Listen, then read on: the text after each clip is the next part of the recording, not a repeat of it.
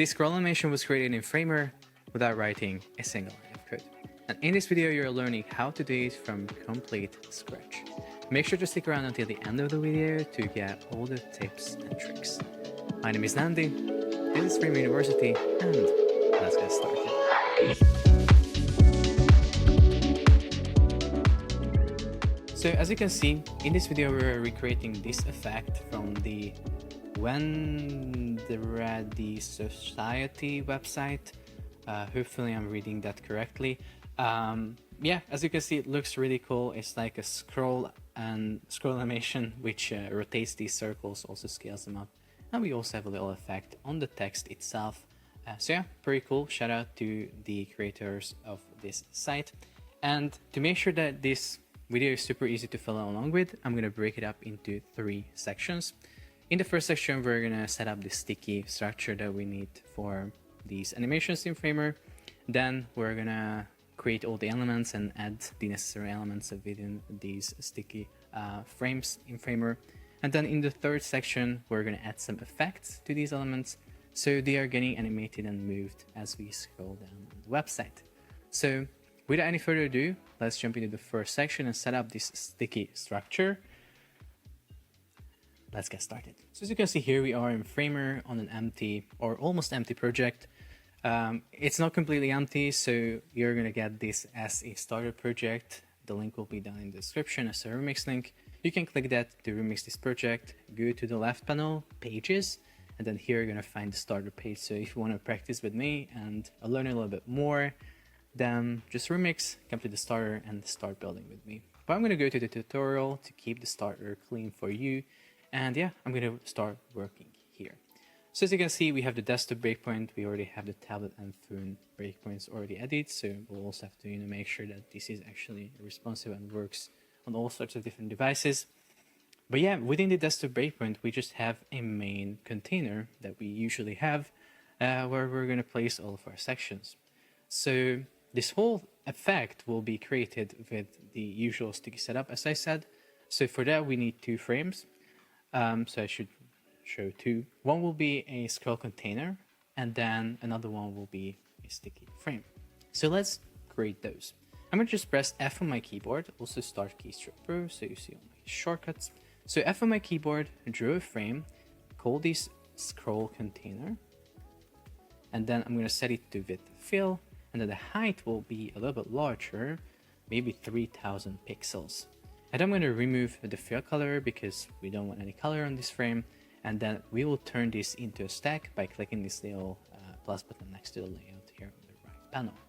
Then I'm going to also make sure that the direction is vertical. This should be the start, and gap is 0. Now we have the scroll container. As you can see, it's really large, and we can place another frame within with the same F and then drawing a frame. This will be renamed to sticky because this will be actually the sticky frame. This will be width fill and viewport 100 VH for the height, and the fill color will be removed again, and the layout will be also added here so it becomes a nice little stack. Basically every single element that we're going to create in this video will be placed, or most of it will be placed within this sticky frame, because how these effects work is that we put a bunch of elements in a sticky frame. So as we scroll down on the side, as you can see I'm scrolling, these are actually staying within our viewport, and we're just modifying them and animating them with additional scroll transforms and different effects that we're gonna cover in the last section of this video. But yeah, essentially we want to keep all of these elements sticky so that they're not scrolling away on the page until we reach the end of the scroll container, when everything will like move to the top or start moving to the top. To make sure that this sticky frame is actually sticky, let's just put an element here and see if it's sticky. As you can see, it's not sticky, it's scrolling away. So we have to turn the sticky frame actually to sticky positioning on the right panel. So here on the top right, you can set it to sticky. And then Framer has a little bug when you set a 100 VH frame to sticky, it switches to some other VH value. So we have to set it back to 100 VH. So make sure to do that. And then take a look if it's sticky. And as you can see, it's still not sticky. To fix this, we have to make sure that all of the parent frames of the sticky frame are overflow visible. So the scroll container, main, and the desktop should be overflow visible. So now in theory, if I start scrolling down, yes, as you can see, this little element here in the center of my screen is just staying centered and it just stays there. So we'll be able to animate it really nicely with different scroll transform effects. To make sure that we can actually scroll away when we reach the end of the scroll container, we can add sort of like a spacer frame. So I'm going to create a frame here, press Command X, then click the main, and then press Command V. Now we pasted it here. We're going to set the width to fill. I'm going to set a different color here, and probably the height will be 800 pixels. I'm going to call it spacer just so we know that it's just a spacer frame for us. So now we're going to see that as we scroll down and we reach the end of the scroll container, we can just scroll away. Because how sticky works is that it just stays sticky until it reaches the end of its parent frame. So you can see that here's the sticky frame. Its parent is this larger scroll container frame, and we made it larger so that this sticky effect will actually, last for a little bit longer time. So yeah, basically that's it. As you can see, if we make this, just as an example, we make this scroll container only 1500 in height, you're going to see that I scroll and I can already scroll away, or as you can see, it already starts moving away. So the height of the scroll container again defines the length of this sticky effect. Great. So now we have this set up. This is basically what you need for most of these sort of scroll animations in Framer. And yeah, we can now start moving on to the next section and start adding all of those elements that we're going to need inside of this sticky frame. So if we take a look at the original, we can see that it basically has these two rotating circles, and then it also has this text in the center. So first of all, we're going to create these two circles. And you might think that, oh my god, how do we create something like this? Many beginners would probably just start like creating little frames here. They would be probably rounding the corners, so maybe setting 50% radius, and then maybe setting these to absolute positioning and try making like a circle like this. But the problem with that is that it's just, these will be just individual frames. We cannot really control them easily in a way that the whole circle is like moving and scaling at the same time and rotating. So we need to come up with a little bit more of a clever structure. So let's do that now. So we're going to start with a frame. So I'm going to press F, draw a frame here. It's going to be 56 pixels in width and height. And I'm going to round the corners. So 50% radius will be applied. This basically means that we get a little circle here. So now we could, upload an image here. So I can click here, fill on the right, upload an image. I'm going to just go to plugins, Unsplash. And for now, I'm going to just search for a person. And we're going to upload this right here. So now we have this image here. What I'm also usually doing with these images is I'm setting draggable to no. So we cannot like drag it. Usually how it like works on sites, we can just drag these images, which is not really visible right now. It's actually dragging something, but not the image itself. I don't know why. Maybe it's because I uploaded the Unsplash plugin. But yeah, the point is that now if draggable is set to no, we can no longer drag this little image. So it's just a small optimization. But yeah, now we have this image here.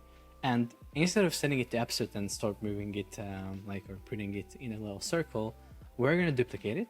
So Command D, now we have two images. And we're going to wrap these two images in a stack.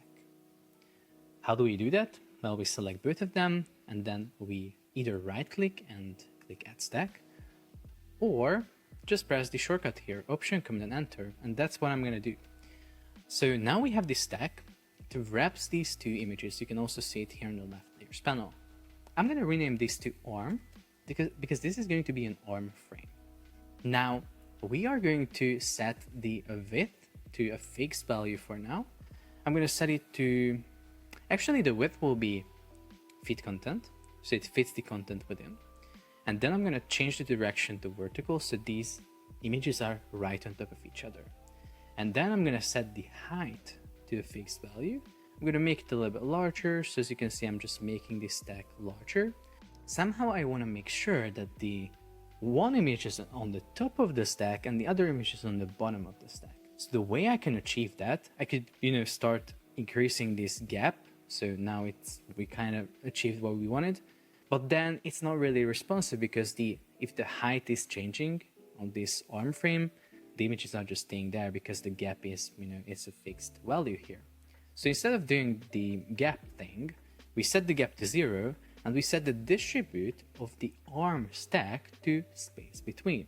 This basically means that these two elements will be positioned in a way that one of them will be at the start of the stack and the other one will be at the end of the stack. And this is completely responsive, as you can see. As I resize this arm, they're nicely staying where they should stay. Perfect. So this is going to be having a 850 height. And as you can see, it's really large. We cannot even see some of the parts of this, but maybe what we can do here is to just increase our viewport height, is selecting the sticky frame, clicking here on this viewport button and setting the preview of our viewport to a larger value. So I can just set it to 1100 pixels. Now we're seeing a little bit more of this arm frame. So if you think about it, now we have an arm frame. All we have to do now is just duplicate these arm frames, place them on top of each other with absolute positioning, and then start rotating them to achieve a little circle. So I can rotate this and you can see how it starts forming a circle. Before this though, I'm gonna make sure that the arm is wrapped in another stack. So arm is going to be wrapped in another stack. I'm just pressing the same shortcut that I pressed previously, Option and Enter. I'm gonna call this outer because this is going to be the larger circle, but I can also name it maybe larger circle. That maybe makes a little bit more sense. And then the width will be 850 and then the height will be 850 as well. And both of them will be fixed. And then this arm within will have height set to fill. So whenever I start changing the large circle frame, this is nicely getting, resized as well within. This will be really useful, especially if we have more arm frames within, so that if we just resize the large circle wrapper frame, everything within also resizes.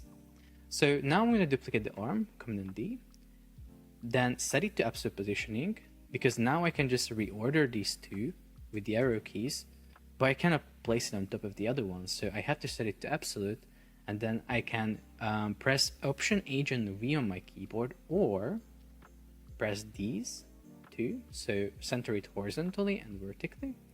And now you can see that both of them are on top of each other, and then I can add transform or rotate, and I can rotate it with 40 degrees. And that's it. Perfect. So now I can just start duplicating and rotating. So duplicate, and then we have 80 here, duplicate again, 120, and I'll continue doing this until I get a full circle. Actually, I just realized that we shouldn't rotate only 40. We can actually just rotate 20. So 20 and then 40. So we basically add the same amount of rotation for each of these duplicates. And then, yeah, I will just get a full circle. And yeah, as you can see, now we have the last rotation 160 and we reached a full circle. As you can see, I have 1, 2, 3, 4, 5, 6, 7, 8, 9 arm frames on the left layers panel. I hope that you can see all of them and my face cam is not blocking any of them. And yeah, basically now what you have to do is you just have to replace all of these images with different faces, which is going to take some time. But before doing that, I want to make sure that we check one thing. The first arm frame that we created is relatively positioned and the height is set to fill, so it's adapting to different changes on the parent frame. but we have to check all of these other arm frames that we just duplicated because these are all positioned absolutely. So here we have to make sure that the top and the bottom pins are set to 0, 0. This basically means the same thing as width set to fill.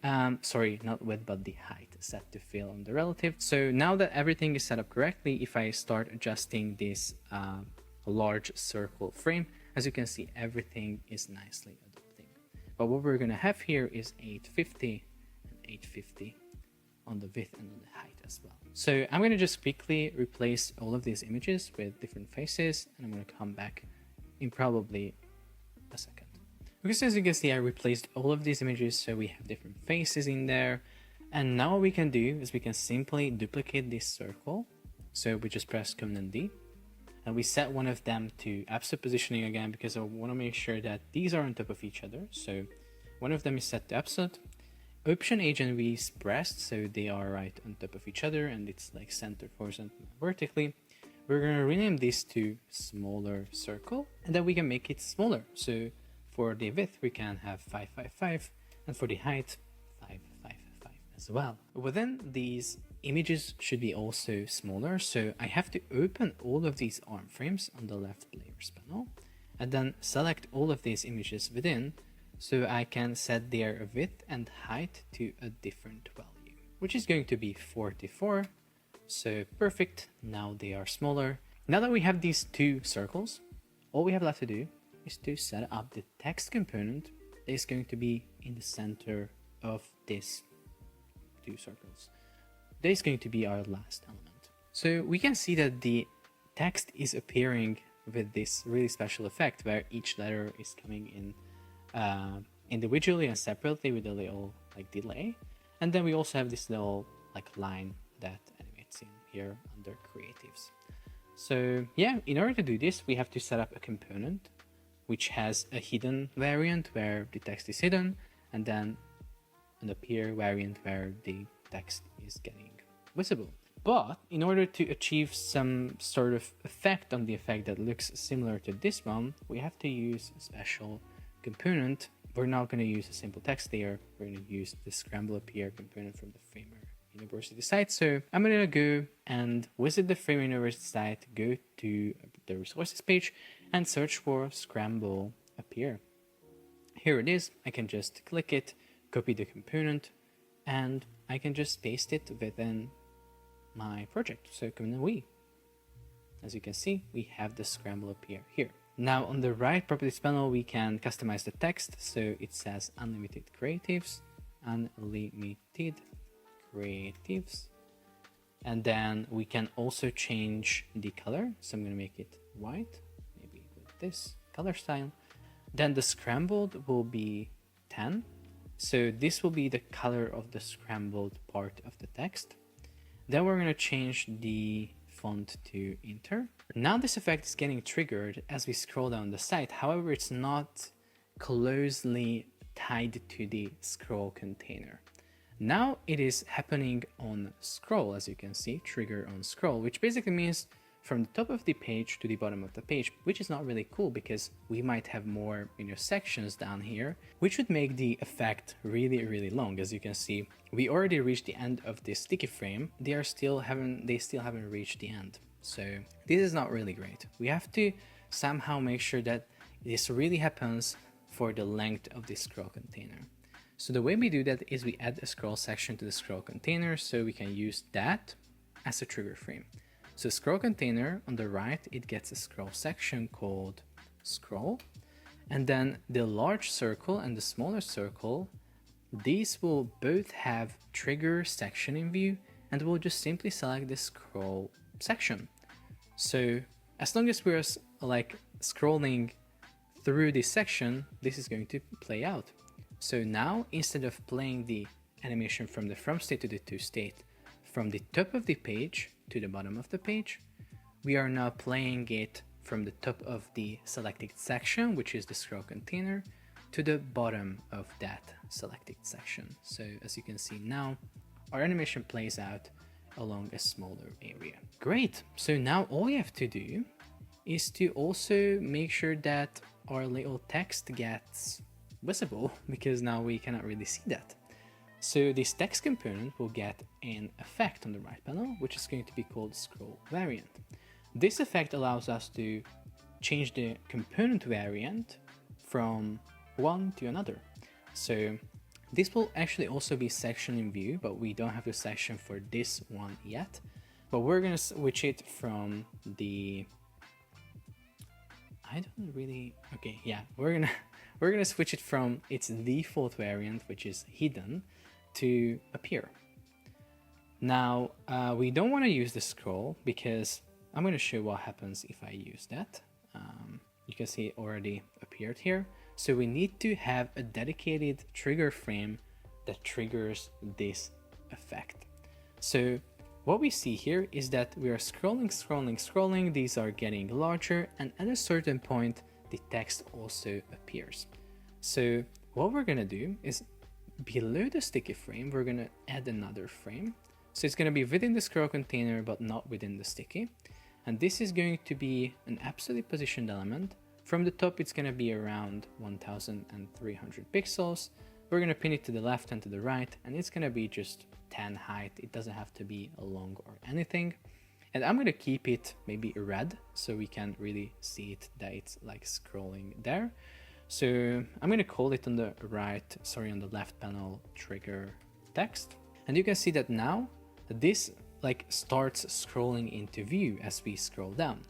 So what we could do is we could say that when this line reaches the center of the viewport, so when it reaches here, the text appears. So let's try doing that. For that, we have to assign a scroll section to this trigger text frame as well. So I'm going to call it trigger text. And then I can go back to the text component, to its scroll variant effect, and I can select the trigger text section. And here the viewport will be the center, so that when the section reaches the center of the viewport, that's when we're going to switch to the appear variant. So now I start scrolling down, and as the line reaches the center of the viewport, you can see how it like just appears there. Really, really cool. And then what I can do, of course, is just simply set the trigger text frame to no fill color, pointer events none, so it's not like blocking blocking interactions or anything. Because sometimes when you have these hidden trigger frames, when they like scroll over elements that should be interactive, they might block you from interacting with them. So that's why it's useful to set them to pointer events none. And then basically that's it. Now we have completed this cool little animation. These circles scale up and rotate, and this appears here, and then everything scrolls away as we reach the end of the scroll container. Let's take a look at this on phone. I think it should be fine. And yeah, it looks pretty much okay. Yeah, we don't even have to optimize anything because the way we just set everything up, it's just responsive and it works well on phone as well. So yeah, that's for this video. I hope that it was helpful. Make sure to leave any comments if you have any questions about the process. And yeah, also check out Framer University for other like resources, components, and tutorials. For example, the Scramble Appear component is also from the Framer University site. So if you want to check out other cool components just like that, make sure to browse the resources section. So yeah, this is for this one. Like this video, subscribe for more, and I'm going to see you in the next one.